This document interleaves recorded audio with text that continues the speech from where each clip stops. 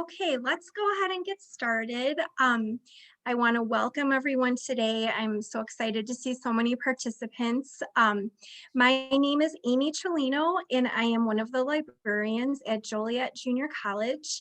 And we are thrilled to have Professor John Lyons with us today to celebrate the publication of his newest book. John is one of my favorite presenters here at JJC, and I always appreciate hearing what he has to say about the Beatles. And um, just to mention, he is a professor at JJC. He teaches British, US, and world history. After his presentation, we will have a question and answer portion. So you will be able to post your questions as they come up in chat, and I will go ahead and moderate that at the end. I just want to say thank you to Professor John Lyons for being with us today, and I'm turning it over to you. Thank you. Well, hello, everybody. Thank you for tuning in today. And thank you to Amy and the JJC Library for hosting. And if you have any questions, you can put them in the chat forum at the bottom. And Amy will then ask the questions at the end. And if you have any need for translations that you can't understand a word I'm saying, Amy will also step in and do the translations. So here we go.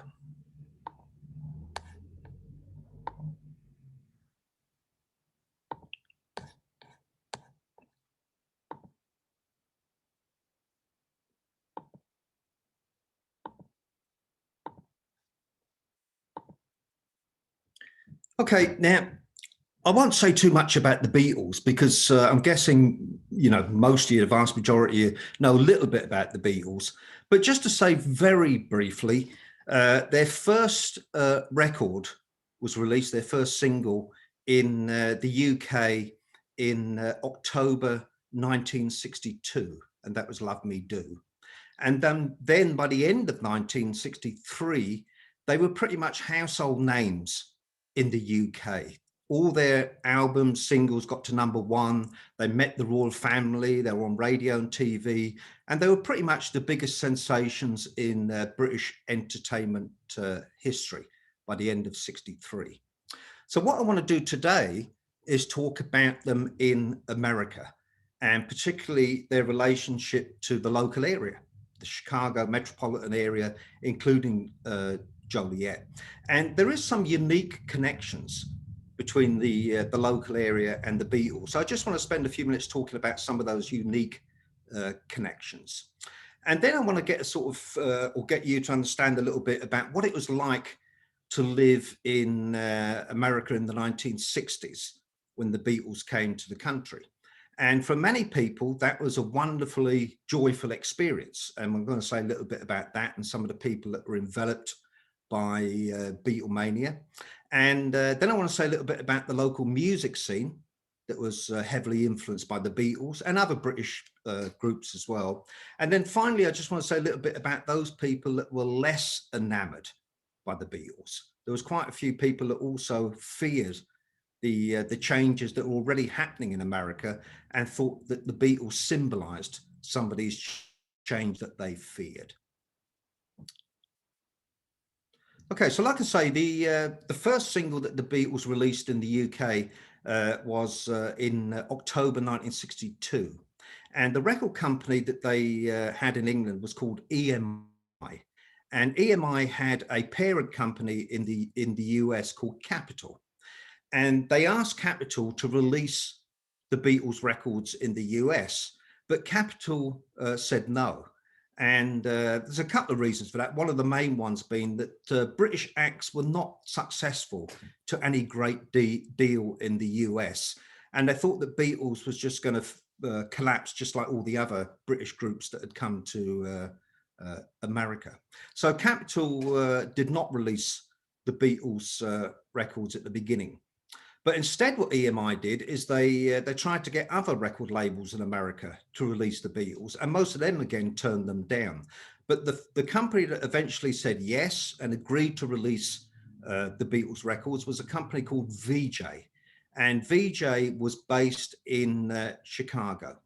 And they were the first record label in the US to release a Beatles single, and that was Please Please Me in February 1963. And they were the first to release a Beatles album, and that in January 1964. Now, WLS was the major top 40 radio station in Chicago in the 1940s. This is the building, still there today. And they were the first radio station to play the Beatles. And when the Beatles finally broke through in America really at the beginning of 64. But when they did, I think WLS played a major role in that. And that was because they had a huge signal that was heard all over the Midwest and even further afield into Canada and even down into the southern states as well.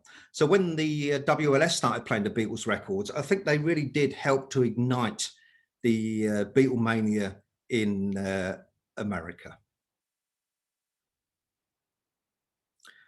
Now, the Beatles toured 3 times in the US, or in North America, I should say. And they first came here actually in February 64, but that was really only for TV appearances and for a couple of promotion concerts. But their first proper tour of North America was in the summer of 64. And then they came back in 65 and then 66. And they played in Chicago on each one of those tours. So they played in 64, 65, 66. And in 64, they played 1 concert. In 65, they played 2, and in 66, they played 2. So altogether, they played 5 times, 5 concerts in Chicago. And the only place that played more concerts in than Chicago was New York. So Chicago plays, again, a major role in the concert history of the Beatles. And then in 1965, they played in what was... most of you probably know it as the old Comiskey Park, the White Sox park, but that was at the time known as White Sox Park. And they played there 2 concerts in 65 on August the 20th. And the combined total of audience on that day was 62,000. And that was more people saw the Beatles on that day in Chicago than they did on any other single day on any of their North American stops. As a matter of fact, as far as I can see, and again, if anybody knows any different, the only place where more people saw the Beatles was when they played in the Philippines. And I've seen, again, I don't know how accurate it is, but I've seen figures there of 80,000. But besides that, Chicago on that day, August 20th, 1965, more people saw the Beatles than on any other single day. Now, another famous connection between the Beatles and Chicago is in the summer of 1966. This was their last tour of the US. And again, I won't go into massive details in the book about what happened, but basically John Lennon made a comment about the decline of Christianity in Britain. And he said that the Beatles now are even more popular than Christianity. And that comment was picked up by an American teen magazine. And then it basically went, well, I wouldn't say viral, you wouldn't say that at the time, but it was heard all over America. And when they came to the US in August 1966, the first press conference they gave, which was in Chicago, they had to apologize, or Lennon had to apologize for the statement that he made. So that press conference was the most famous press conference that the Beatles ever gave, and that was in Chicago in August 1966. Now, I know what you're all saying to me is, well, what about Joliet? There must be some kind of special connection between Joliet and the Beatles. And yes, there is. And okay, so this is the first one. Now, this is somebody called Pete Best. And Pete Best was the drummer in the Beatles for 2 years, from 1960 to 1962. And he was fired in the summer of 62, and he was replaced with Ringo Starr, okay? And after he was fired from the Beatles, he did carry on a music career for a while in the early 60s, and he recorded some records, and this was one of them. And what I want you to do is I'm going to play this record. Hopefully you can hear it, but I'm going to play it. And he mentions a number of places, and you're going to hear Chicago mentioned very clearly. And then there's a slight gap, and you're going to hear him mention Joliet. Are you ready? I can hear you all screaming yes. Here we go. Newburgh, Kingston, Army, on we go. Utica, Syracuse, Rochester, and Buffalo, Perry, Pennsylvania, Cleveland on the lake shore, Whistle at the rain sands, just get in Toledo, let it blow. Hello, Indiana by Ohio, South Bend, got a James Grave in Chicago.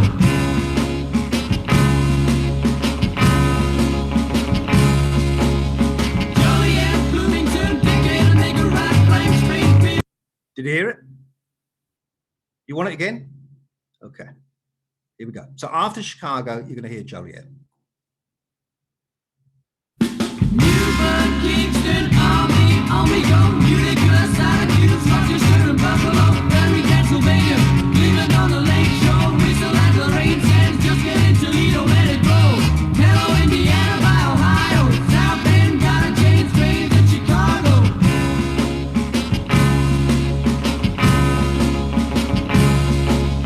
Joliet, Bloomington, Decatur, make a right flank straight. Now I can see you're all impressed by that, but I'm going to impress you even more, because not only was Chicago mentioned in a song by an ex-Beatle, a Beatle came to Joliet.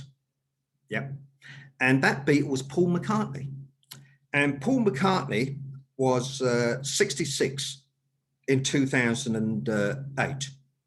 And his then girlfriend, his wife now, decided to give him a special present. And that special present was a tour of Route 66. Route 66 was very well known in England and really in the rest of the world. And so he always wanted to do the Route 66 trip.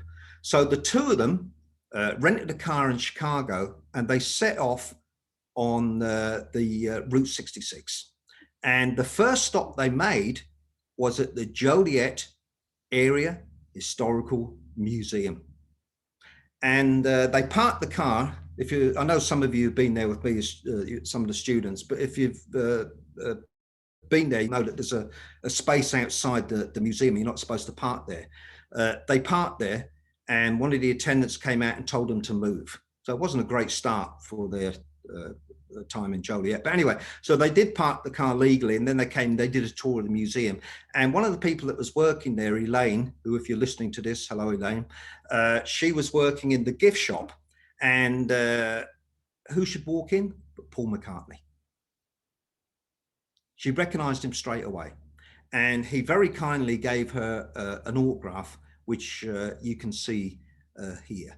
So yes, a Beatle actually set foot in Joliet, in Will County, and then the two of them went off on the trip of Route 66. They didn't make it that far. They had to curtail the trip because they were getting seen at different places, and they were worried about mobs then basically chasing them. So they ended up curtailing it, but that was the time when a Beatle was in Joliet. Okay, so like I say, the Beatles came to America in February 1964, and they appeared on the Ed Sullivan Show, which was an enormously popular entertainment show that was on in America on Sunday evenings. And they appeared on the show on February the 9th, 1964, and then they appeared twice the next 2 weeks as well. But the big one is on February the 9th. That was the first live appearance of the Beatles in America, and it attracted a record audience for the time. More people watched that show in 1964 than any other show previously. And so it gives you an idea of the sort of hype that was building up. They were already #1 in America at that stage, but it was the first time that people could see them live on TV. You know, it's not like today where you can see anything on the computer or on your phone or whatever. You know, this was a real occasion that people still today remember vividly, seeing the Beatles on the Ed Sullivan Show. But as soon as they appeared on the Ed Sullivan Show, people went crazy over them. I mean, they liked their music before that, but they were really taken by the look of the Beatles. And one of the things they were really taken with was their hair. Now, this is a subject that I'm not really want to talk about too much for obvious reasons, but people were very much enamored with their hair. But the only slight problem is that if you want to grow Beatles hair, it takes a little bit of time. You know, you can't do it overnight. So therefore, manufacturers came up with a great idea. And the great idea is, why don't we sell Beatles wigs? So this was a couple of days, this picture is a couple of days after the Beatles' appearance on the Ed Sullivan Show in February '64. And this is in downtown Chicago. And you can see here the people, and a lot of them don't, to me, look like teenagers. But what they're doing is they're trying on their Beatles wigs. And I know this is, maybe you can't see it that clearly, but if you can, there's a bit there where it says, the man who manufactures the wig is turning them out at a rate of 20,000 a day. They're manufacturing these 20,000 a day Beatles wigs. So that gives you an idea of the sort of phenomena of the Beatles in the local area in 1964. Now, the first, I think, outbreak really of Beatlemania was when the first Beatles movie was shown in the local area. It was shown all over the Chicagoland, well, all over the US, but all over the Chicagoland area. And it was shown in Joliet at this movie theater. Maybe some of you have been there. It's the Mode Theater. This is a ticket you see from the show. And I interviewed somebody called Kathy Holden, who was a teenager in Joliet at the time. And again, if you're out there, Kathy, hello. And she was telling me about her experience of going to see the premiere of A Hard Day's Night, the Beatles film, in Joliet.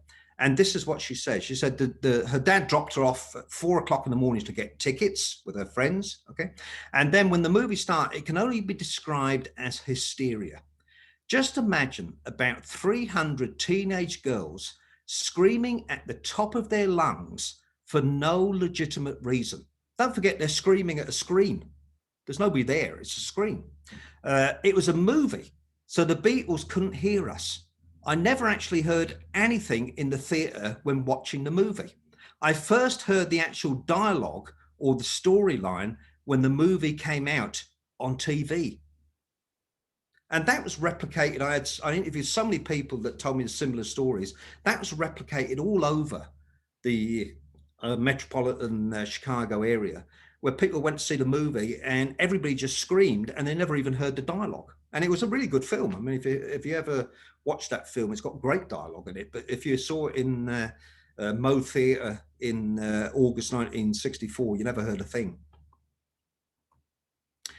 Now, a lot of the teen magazines became besotted with the Beatles. I mean, they were everywhere. They were in the front cover, obviously. There was trivial stories about them, competitions.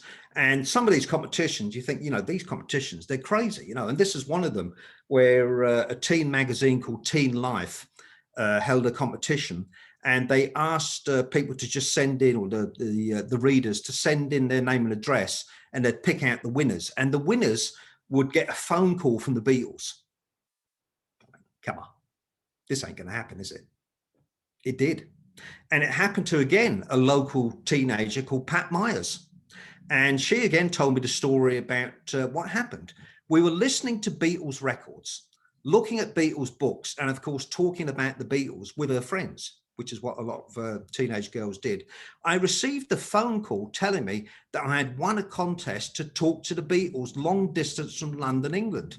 I would receive this call at 3 p.m. So at 3 p.m., my friends and I, along with my mother and grandmother, were eagerly awaiting this call. And sure enough, there they were. I remember speaking to Ringo first. Unfortunately, I don't remember what was said. Each of the other girls took turns talking to the Beatles. Paul wasn't there for the first part of the conversation.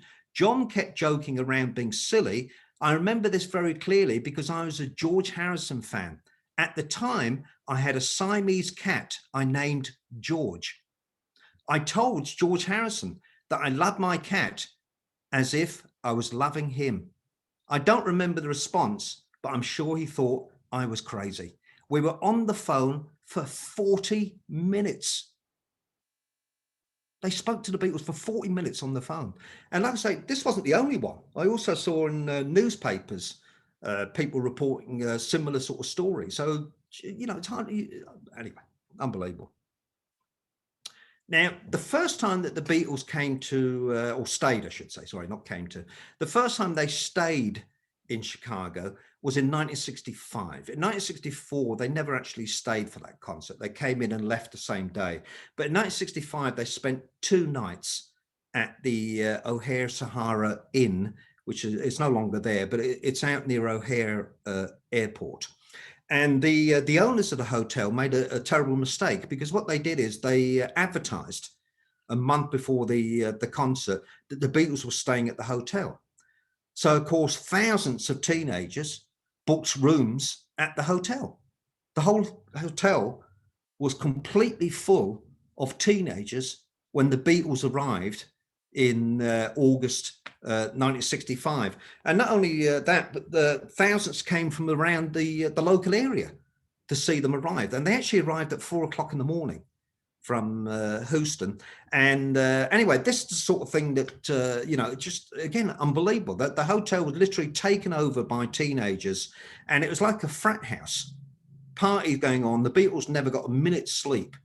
But it was a fascinating couple of days. And I did speak to the owner of, or I should say, sorry, the daughter of one of the general managers of the hotel. And she actually stayed in the hotel for the 2 nights the Beatles were there.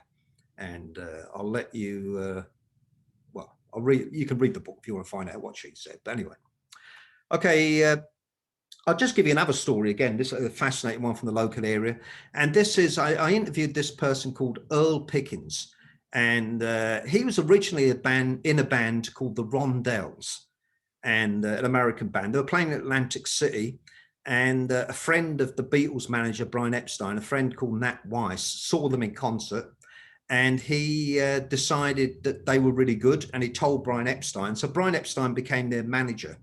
And they changed their name from the Rondells to the Circle, which was a name that John Lennon came up with.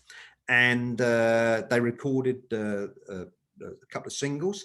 But in the meantime, because Earl Pickens didn't think that the music career really was going to be something that would last that long, he also pursued a career in the medical field. And he was a student in the University of Chicago Medical School in 1965 to 66. And then in the summer of 1966, Brian Epstein got a place for the Circle to tour with the Beatles. So Earl Pickens was a student at the University of Chicago. He finished school in May for that year, for the summer vacation. And by August, he was touring with the Beatles. Again, you know, unbelievable story. Okay.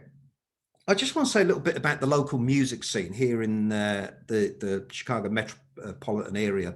And the thing about the Beatles is that a lot of people that saw them on TV, I mentioned that Ed Sullivan show in February 64, a lot of the people that saw them, they thought that it looked so easy what the Beatles were doing. You know, if you ever see film of that show, you'll see that there's no backing singers, which a lot of groups at the time had. There's no stage routine. They didn't do any sort of dances or anything like that, which again, other groups did. They didn't have a horn section. You know, it was just basically the 4 of them. They were just wandering around the stage. They were smiling at each other. It looked really fun. And it looked like just 4 friends up on stage. And a lot of people watched the TV on that night, and young people, and they said to themselves, I can do that. That's easy. Me and my friends, we can get up on stage and do that. It's great. And so people ran out the day after the Ed Sullivan show to buy musical instruments. And this gives you an idea. Again, I won't read through all of it, but the number of guitars that were sold in America in 63, don't forget this is before the Beatles came, was 700,000. By 1965, the year after, the number had doubled, more than doubled, to 1.5 million. the number of the sales of instruments, musical instruments, Sesame topped 955 million in 1966. Drum kits doubled in sales between 64 and 65. And if you ever watch that Ed Sullivan appearance, Ringo Starr, the drummer, is very prominent on the screen. And so a lot of people thought that looked really fun. He seemed to be enjoying himself during the show. So they went out and bought drum. So anyway, people went out and bought musical instruments. Now, these people that did this, they were really young. I'm talking about people that were early teenagers or even younger, 12-year-olds, 13-year-olds, 14-year-olds. These are the people that picked up musical instruments and formed bands. And this was all over America, but especially all over the Chicago metropolitan area. And this was the first one of these bands. This was they were from Mount Prospect in the northwest suburbs, and they were the first of these Chicago bands to have a top 10 hit with the song Gloria, if you know that song. And these were a band who, again, they pretty much formed because of the Beatles. But what they realized, and a lot of other people realized once they started trying to emulate the Beatles, is that they made it look easy, but it wasn't easy. Their chords were very complex. Their harmonies were very difficult to replicate. And so therefore, they started to play music that was slightly different to the Beatles music. And I think they were more influenced by people like the Rolling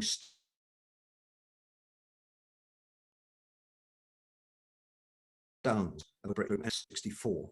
And so, like I say, they were inspired by the Beatles to form a group, but I think that their music was slightly different to what the Beatles played.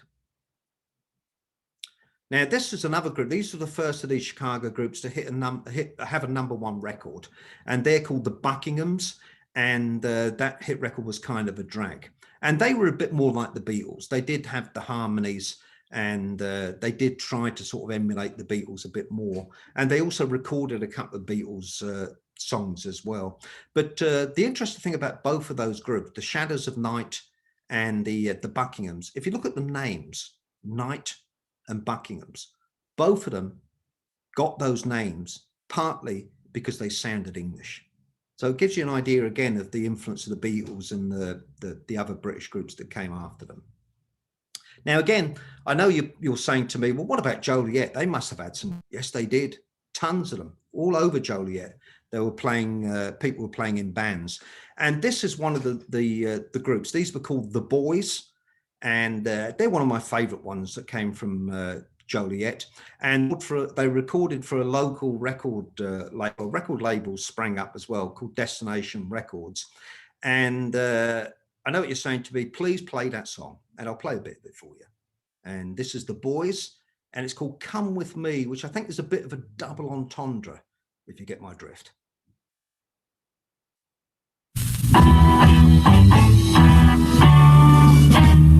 Baby, fine, walking home on the line to me.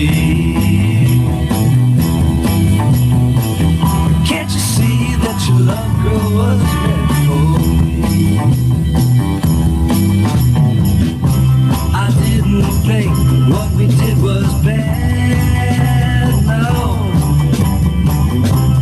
It was love, and baby, that's all we had. So baby, come with me and leave all your troubles behind, girl. All your cares and your woes, all your friends and your foes will leave you someday. I know you would like golden, maybe satin lace. Listen to me, baby, before you laugh in my face. Days are coming, baby, just you wait and see, yeah.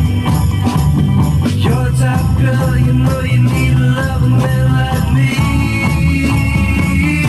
So baby, come with me and leave all your troubles behind, girl. All your cares and your woes. Come with me and leave all your troubles behind. But anyway, now again, again, maybe some of you know differently, but I don't think that there was any all-female bands before the Beatles. There was female musicians, pretty obviously, but I don't think that there was any all-female bands. But now maybe there is, and I just didn't unearth them. But after the Beatles, there certainly was, and there was a lot of them all over the Chicago area and all over America. But there was a lot in the Chicago area, and the reason why I think that girls were also inspired by the Beatles is because the Beatles kind of looked feminine. If you look at their long hair, if they're kind of, I mean, no offense, but they're kind of scrawny. They're not exactly big macho sort of men, and they're singing songs using harmonies that they actually got themselves from all girl singing groups. So they sounded a bit feminine, looked a bit feminine, and a lot of their songs are also aimed at the female audience. So I think a lot of girls also that looked at the Ed Sullivan Show that night, they thought, yeah, I can do that. They saw themselves up on the screen. And so a lot of girls also formed groups, and one of them, these are the Daughters of Eve that were from the north side of Chicago. They recorded a number of singles, and again, I really recommend them. And funnily enough, one of their songs called Hey Lover, my daughter, I was playing the record one day, and my daughter said, I know that song. And I said, how do you know that song? And she said, Dad, it's on TikTok. Now, so there was a lot of groups formed all over America, all over the Chicago metropolitan area. But of course, the obvious thing is they're all young, these kids. Like I said, it was mostly teenagers, and they couldn't play in bars and nightclubs. So where could they play? And they started to play in high schools, started to play in restaurants and basements, but parties, places like that. But there was obviously a gap in the market for teen clubs where they could go play and attract an audience, and especially in the suburbs, because a lot of in the 60s, a lot of kids, families had moved out to the suburbs, and their children were growing up, becoming teenagers, and they were looking for something to do.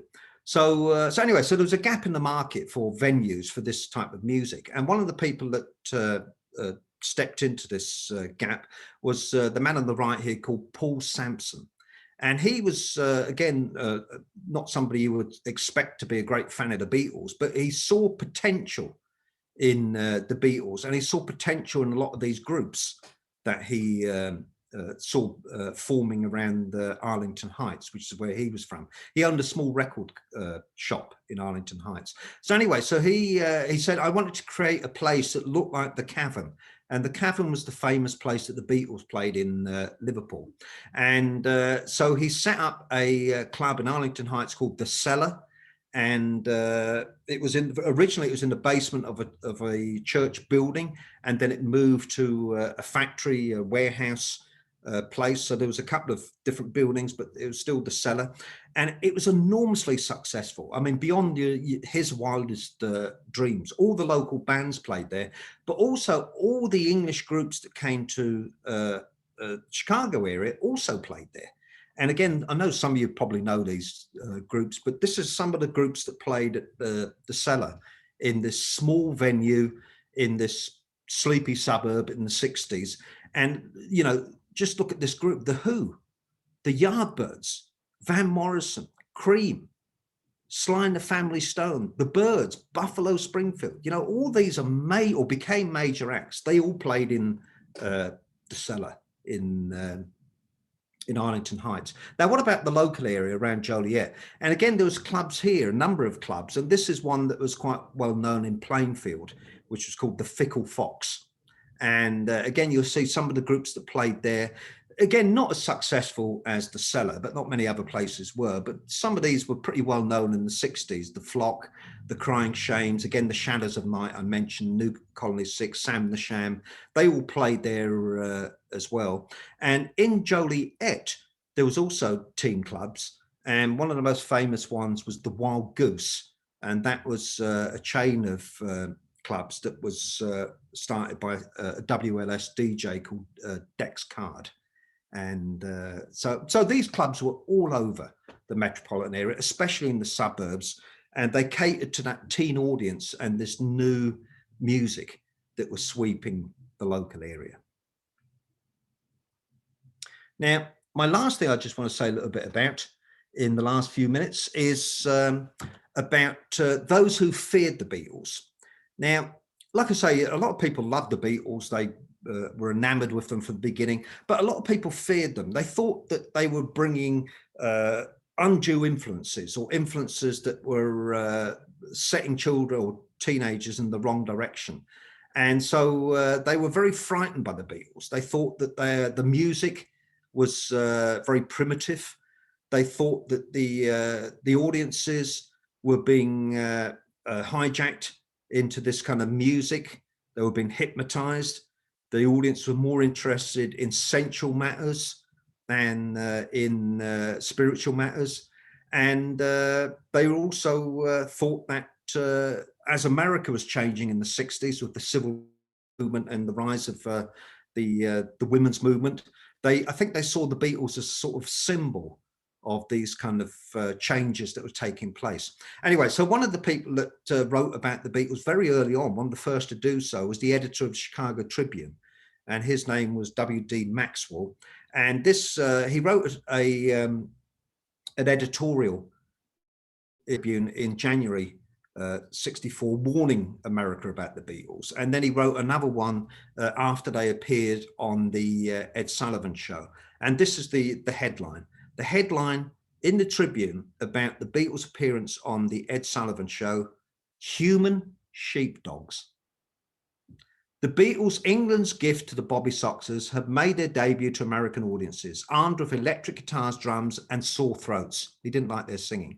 They make enough noise to bring the plaster down from the ceiling, but the teenagers respond by howling in ecstasy. He doesn't like the Beatles. He never did throughout the 60s. Now, again, not a topic I like to talk about too much, but hair. And there's no doubt about it. We do have to discuss it because it was such a major thing. Boys having long hair worried a lot of people. It kind of implied hedonism. It implied that they weren't really interested in work ethic. It kind of played with traditional gender roles. There was some sort of idea that they were probably gay if you had long hair. So a lot of parents and people worried about long hair on boys. And those that had long hair, they faced a lot of sanctions at schools and other places. And some of the people that came to Chicago with long hair from elsewhere, they faced a number of problems getting attacked. And well, anyway, one of them I spoke to was, this is Pete Shelton. And he was in a group that wasn't that famous, but they were called the Robin Hoods from England. They played in Chicago.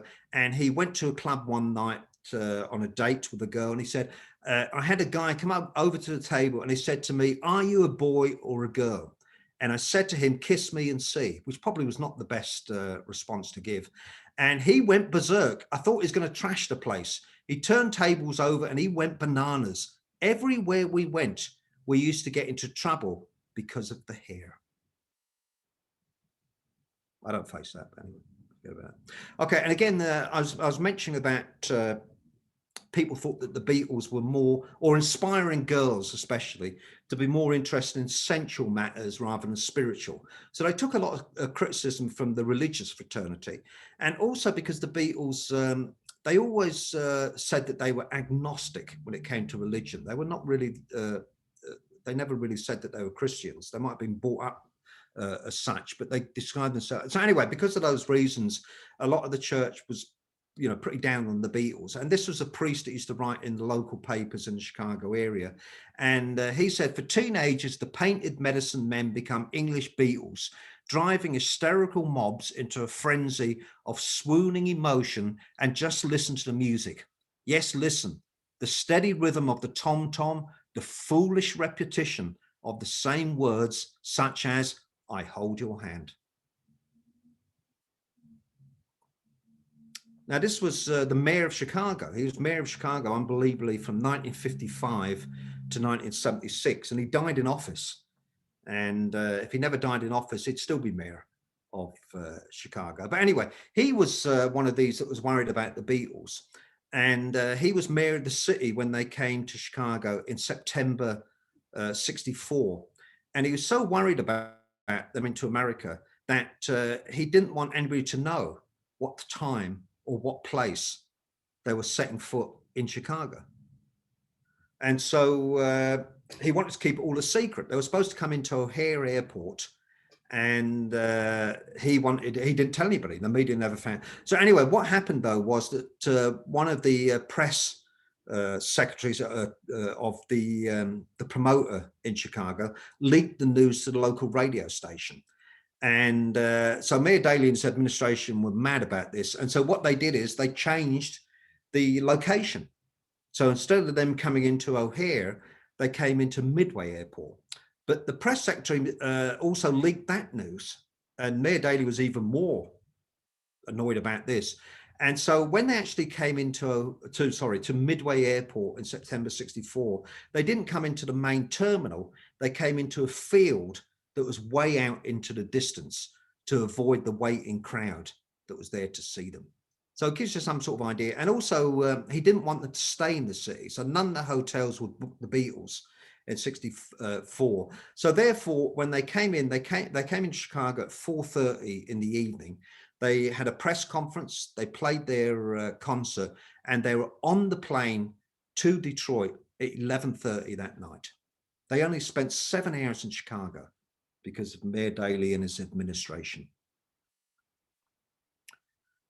Now, I mentioned to you the way that the Beatles were disliked by a lot of people because they thought that they were bringing undue influences to young people in America.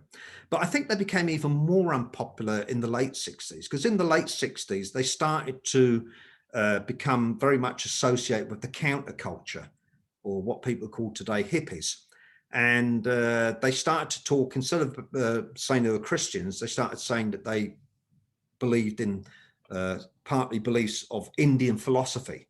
And they practiced things like transcendental meditation. They became pacifists. They not only criticized the Vietnam War, but all wars. It was pretty clear that they took drugs, hallucinatory drugs. It also became clear, not as clear as we know now, but they were reasonably promiscuous, free love in the 60s. So they started to become much more associated with these sort of like extreme countercultural hippie ideas that most Americans really were not that much on board with. And so I think their popularity does decline a bit in the late 60s. This is a quote from, they all recognized this, they all said this at the time. And this is a quote from George Harrison. And he said, "We went from being the cute, lovable mop tops to being those horrible bearded hippies." And this is shows you how quickly the Beatles changed. The magazine on the left is from August 63. The magazine on the right is October 69. That's 6 years. In that shorter time, the Beatles' music and their personalities changed so much. And I think it did affect their popularity amongst many, not everybody, pretty obviously.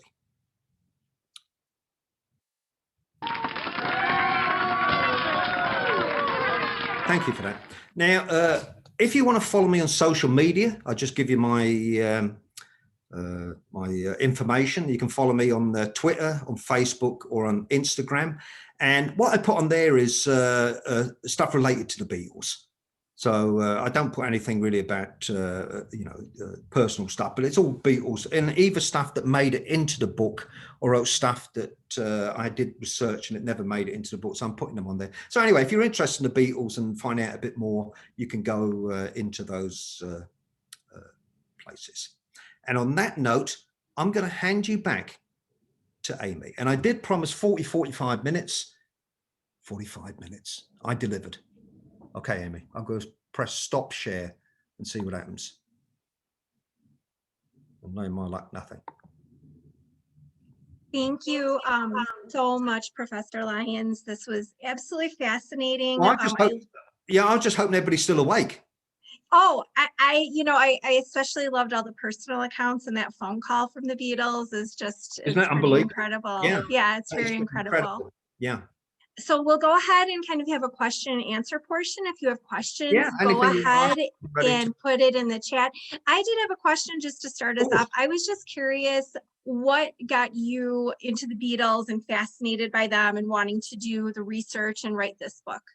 Okay, yeah, I got to say, I'm not one of these people that knows every single song and every single note and every kind of instrument that the Beatles played. So it wasn't particular. I like their music, obviously, but I like other bands as well and other musicians or whatever.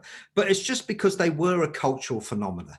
That's really what makes the Beatles so different. You know, you might, everybody's got opinions about music, and some people like the Beatles, some don't, that's fine. And some people prefer other groups, that's fine. But I don't think anybody could basically say that the Beatles didn't have a profound impact. And they're also extremely interesting people. You know, a lot of musicians at the time and today, they're scared to really sort of step out of the mainstream. They're scared to sort of you know, say or do something that might bring them unpopularity. But the Beatles weren't, and they were quite happy to go in different directions. Like I said, towards the end of their life. So I find them fascinating people. And just very briefly, the reason why I wanted to do about Chicago is because it just, to do one about America would be just too generalized. You know, you couldn't get that detail that I wanted. And so therefore I did basically want to concentrate on one place. And because I live in Chicago, it was easier, and it also had special connections with the Beatles. And so I thought it was an ideal place to study the reaction to the Beatles in the 1960s. Yes, definitely, definitely. We do have a question from Jay Tyrell. She asked, have you discussed this with Professor Baskin, who does a big project with his students on the Yeah. Beatles? Yes, I'm hoping Professor Baskin is on here today. I did communicate Yes. with him over the weekend, and he said he would. And yes, we often meet in the corridors. We're in different departments, and obviously, you know, we don't meet that often. But whenever we do, we usually talk Beatles. And the interesting thing is what he's doing in his classes is he's bringing the Beatles obviously into his classes. But I did the same in mine. And what I used to do when I used to teach in traditional classes is I used to do an oral history project where the students used to interview somebody who remembers the Beatles coming to America. And those interviews, they used to, students would record them, and then they were collected, and they're actually, then I give them to Amy in the library, and they're collected there. And of course, since the pandemic, I couldn't do that really. It was too complicated, but I still do a Beatles project in a couple of my classes, the British history and a couple of the other ones as well. And so, yeah, I do integrate the Beatles into my classes as well. And yeah, and Professor Baskin, I do know what he does, and it's very interesting, his take on the Beatles. Yeah. Professor Baskin actually chatted. I think there is another Chicago connection. I believe that the Ludwig company, which made Ringo's drums, was based in Chicago. That's right. Another unbelievable connection. You know that the thing is, if you watch them on the Ed Sullivan Show, he's very prominent, Ringo. You know, on the screen, more prominent than most drummers at the time. Most drummers at the time were hidden at the back. He was much more prominent. He was on a riser, and you could see him. And of course, at the top of his drum kit, you can clearly see the words Ludwig, and Ludwig was a Chicago-based drum company. And when he came to Chicago in 1964, they gave him, the Ludwig company did a presentation. They gave him a gold drum because they were, the sales of the Ludwig company went through the roof after Ringo appeared on the Ed Sullivan Show. But that's right. And there's many other, I only mentioned a few connections. There's many, many others between Chicago and the Beatles as well. I have a question from Bailey. Is there a specific personal relationship you have with the concept of the Beatles as someone with both an American and British perspective on music and the popularity of the Beatles? Well, I'm quite happy to teach American and British history reasonably. So I kind of, I like that intersection. So I did actually write a book. The last book I wrote before this one was called America in the British Imagination. So it was actually about how the British view America since World War II. And I included the Beatles in that. And because of that book, I wanted to do something that was kind of similar, but looking from the American perspective on Britain. And for various reasons, I thought the Beatles kind of fit that as well. So, yeah, I like all different types of music. I'm not just a Beatles fan. I like all different. People sort of tag me now as Beatle John, but I like all different types of music. I'm not just a Beatles fanatic or anything like that, but I'm certainly interested in them as a historical phenomena. And maybe the fact I come from England does give me a perspective. I don't know really, but the Beatles are so globalized now that it doesn't really matter where you're from, really. I think you can understand the Beatles phenomena. A question from Derek Lear. You referenced how influential the Beatles were as a band. What period or what album do you find to be the most influential? Well, that's really difficult because I think all their albums are good. I don't think they made a bad album, to be honest. Now, I do think some are better than the others. My personal favourites are the sort of mid-term Beatles. So I'd put that as kind of like Hard Day's Night, Help, Paperback Writer, Ticket to Ride. If any of you are familiar with those songs, that's the sort of, I think, peak Beatles. In terms of what's the most influential, I think, again, their early sound is so influential. So you could say the first record, really, Please Please Me, was the first album that was released in the UK. And so many people, like I mentioned, then tried to emulate that sound that they had, which was really the core of their sound. Was they mixed all different types of American music. They mixed country music, rock and roll, and also rhythm and blues music, black music. So I think that's influential. Most people I know would probably expect me to say Sergeant Pepper, and I do think that was enormously influential because it set people off saying, oh, we can actually use all different types of sounds. We can use the studio to its empathy, at its maximum, and we can create completely new sounds.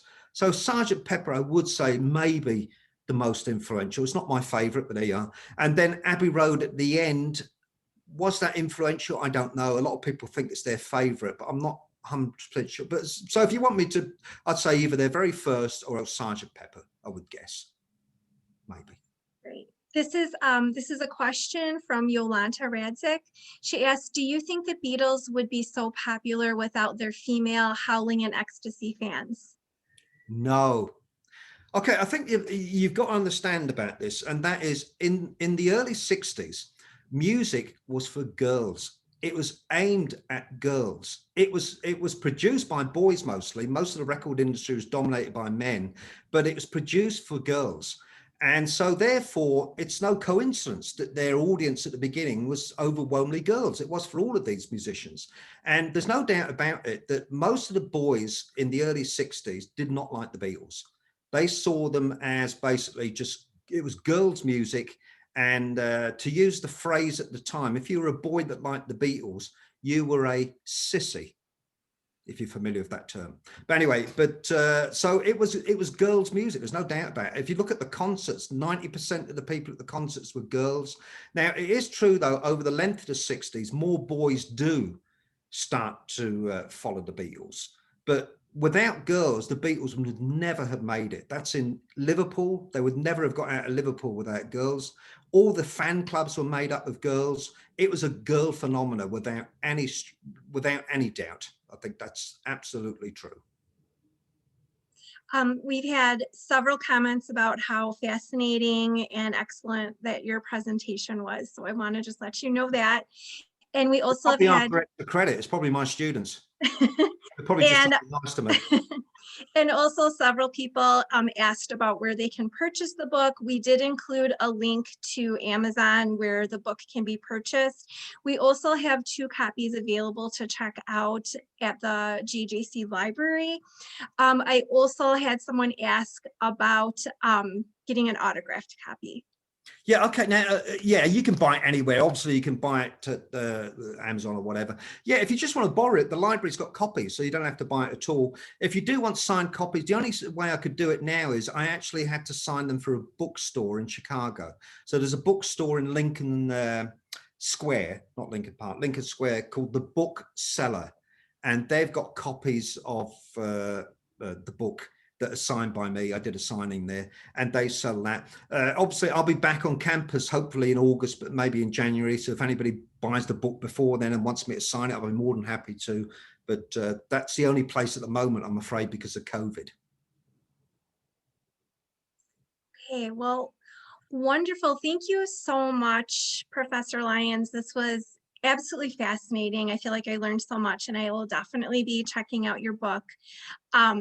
I think we're good as far as time. We just have a couple minutes. I don't know if you have any closing thoughts or anything before we end the meeting. Well, I'd just like to thank again the library. I'd like to thank Amy, because you were the one that really put all this together. And I really appreciate it. And we're really hoping that maybe more faculty could do talks like this. I know that, we can reach a wide audience from the college. A lot of people are kind of disappointed because you can't hear a speaker in person, which is always nice. But the nice thing about Zoom is we can reach such a wide audience with this, and it's a possibility for people that have no connections with the college to be connected through these Zoom talks. So I hope there's more of them as well. And I'm quite happy to do more of them as well. And but in the meantime, I'll just say thank you very much, everybody who tuned in. And thank you very much to the library. And thank you especially to Amy for putting this talk on. And hopefully I'll see some of you in my classes online. I'll see some of you in the fall. And in the meantime, I'm going to say cheerio. Thank you so much. I did want to mention on Tuesday, April 27th, John will be joining us for the library's film chat, where we'll be talking about movies, about film and culture. So you could visit the library website at library.ggc.edu to register for that program. It looks like Amy Walker put that in the chat. So if anyone's interested, please follow that link and fill out the form. Thank you so much, Professor Lyons. This is absolutely fantastic. Thank you. Again. And thank you to all of our participants too. Thanks, everyone. Bye-bye. Bye.